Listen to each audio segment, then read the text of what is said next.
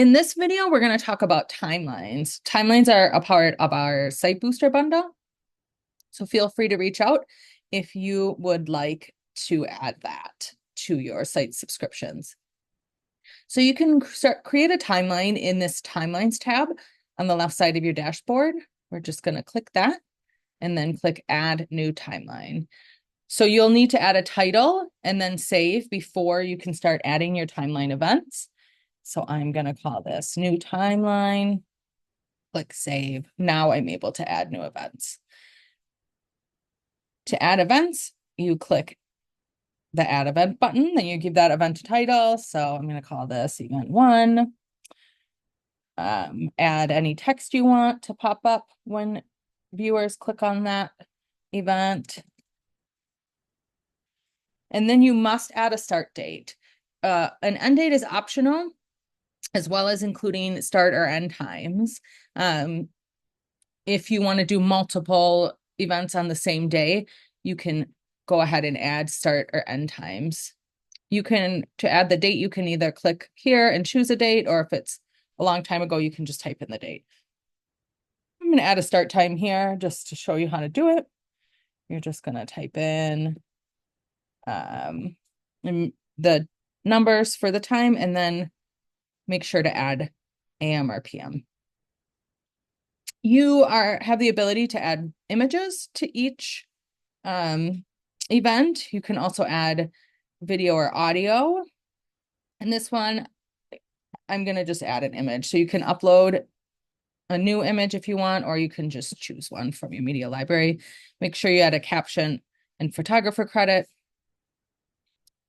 And then for the slide background, you can choose a color, or you can also choose a photo here. So just for fun, I'm going to add a photo here. You also have some other options just regarding that particular slide. Once you're happy with that event, you can go ahead and add the next event. Call this event 2. Event 2. Make sure to add that start date, which is required. Not sure, 129.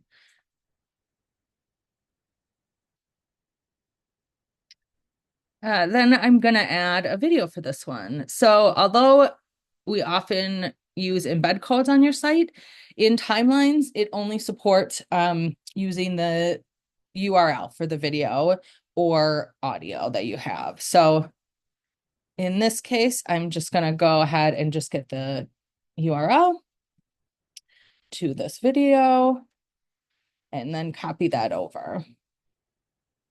Again, you'll want to add a credit and a caption. Here you can set the background for the slide if you want it to be something other than black, which is the default. You can just go ahead and choose a color. You just want to make sure that the text color is something that can be seen with that background. You can, again, make some other adjustments if you want, and then add any other events that you want. Event 3. This is 3. Make sure you add that start date or it won't show up. And I'm going to put nothing for here. You can add events out of order and they'll automatically order themselves on your timeline based on this start date. Do nothing there. You also have some other options on this right side for the full timeline design. For the title slide, which is going to show your title, you have the option to set a featured image to show up behind that. Again, make sure you add a caption and credit. And here's in the timeline design, you can also see some other options that you can play around with if you'd like. Once you've got all your events added, you're just going to want to press this publish button, just like a story, and then you're able to add that timeline to a story. So a published timeline won't show up anywhere until you add it to a story.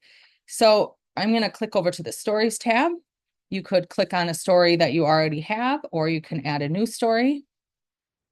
I'm gonna add a new story, give it a headline, add the byline.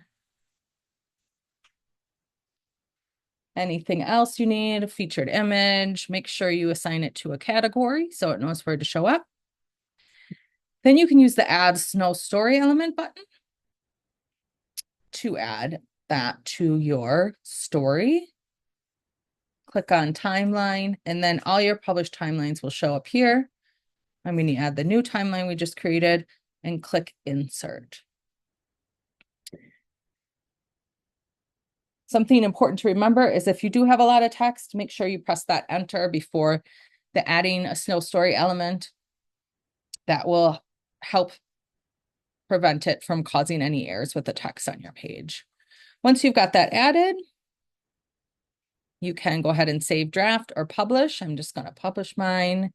And then if we view the story, we can see the timeline on there. So there's the title slide we added.